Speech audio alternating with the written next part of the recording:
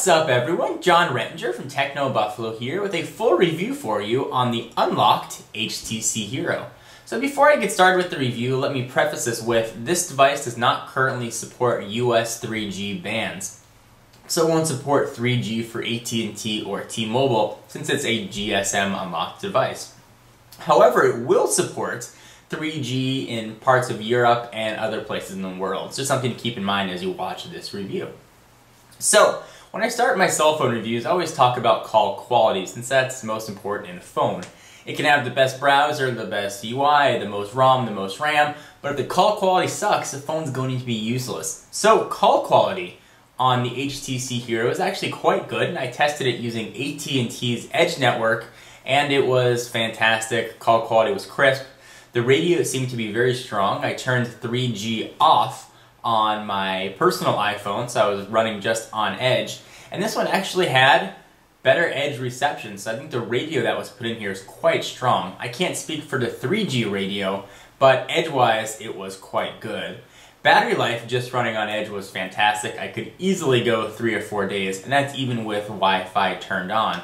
However, I would expect that number to drop significantly if testing could be done over 3G. I think if you want to get a full day of use out of this, you won't have any trouble, but definitely you're going to want to charge it every night.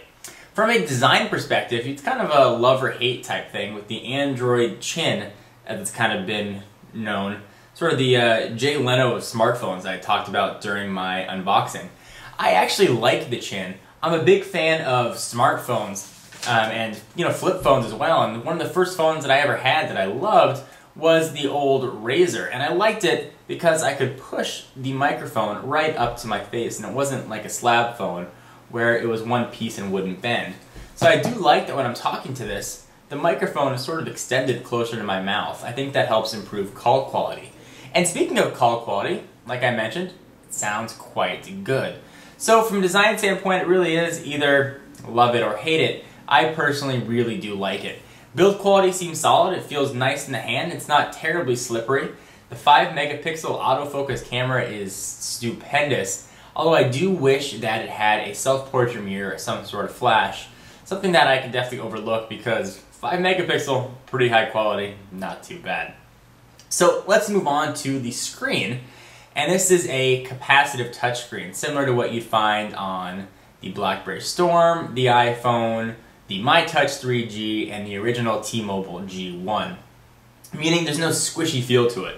It's quite nice. The screen is very responsive.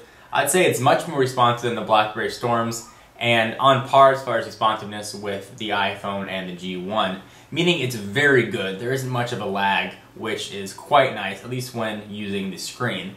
However, there is a bit of lag when you're trying to open multiple programs or you're trying to flow from screen to screen. Now, I know there have been talks of that being fixed with upcoming software and firmware updates, but this is the shipping ROM. So this is, if you were to buy this right now today, this would be what you would have on your device. So it's only fair that I review what it shipped with. So programs can launch a little bit slowly. It feels like it's struggling to keep up with some of the applications. And I think that's due to the pretty resource-heavy Sense UI that HTC put on this device. You may have seen a previous video that I did going over the Sense UI. I'll put a link to it in the sidebar so you can check it out. But essentially what it is a skin sitting on top of Android. It sort of takes some of the Android features and makes them look a little bit better, makes them a little user-friendly, and really adds a little bit of HTC flair. You may have seen something similar done with TouchFlow 3D found on Windows mobile devices. I'm a big fan of the Sense UI, and I'm encouraged to see what else HTC is going to be doing, and I think that the Android platform as a whole has so much potential, and I think that the Hero is one of the first devices to really tap into that customizing potential. So overall, I think it's a very good phone. However, it does fall victim, I think, to its own success, and the reason the Sense UI is so good is because it's a little bit processor heavy and resource intensive, and because of that resource insensitivity, you're going to get a little bit of slowness with the device. Nothing bad, nothing that's going to prohibit you from using it on a regular basis, but it's not going to be as snappy as you might be used to on other Android devices. However, let's say version 2.0 comes out with a faster processor, a little more RAM, a little more ROM. I think you're going to have a killer phone here. I really liked using it. I was impressed with the Android marketplace. Gmail integration is fantastic. I love the notifications. When you slide your finger down, that little bar that pops up is, really nice. The multitasking is quite good. I like that Sense UI gives you a ton of screens you can flick through. The widgets that they put on here are very useful. It's a really very user-friendly operating system. It's also very powerful as well. I'd kind of almost put it in the middle between, let's say, the iPhone operating system as far as finger-friendliness and ease of use, and Windows Mobile on the other end, which is very customizable, but not so user-friendly. And I think that Android kind of sits right in the middle of that, which is a really good place to be. So I'm very impressed with what HTC and, I guess, Google building the operating system has done. So guys, in conclusion, I know there are a ton of features that I can talk about, but I really kind of want to keep this relatively short so I don't drag on for a 20-minute video. But I am very impressed with the HTC Hero. If you have 3G in your area, or 3G that rather supports the HTC Hero, I can recommend it without hesitation. Know that you're going to have a little bit of slowdown from resources, but I think that will be addressed with future firmware updates to make it a little less intensive. If you're trying to import this into the US where you don't have 3G, you may want to think twice. Trying to use Edge on a regular basis is so painful, especially having gotten used to fast 3G speeds. That's going to come down to personal preference.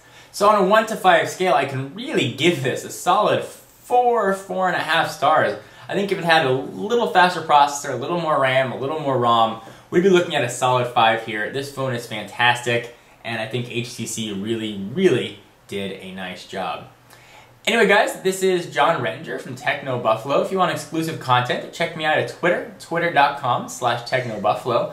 And to learn more about me personally, twitter.com/John4Lakers. Anyway, hope you enjoyed, and I will see you guys in the next video. Bye-bye.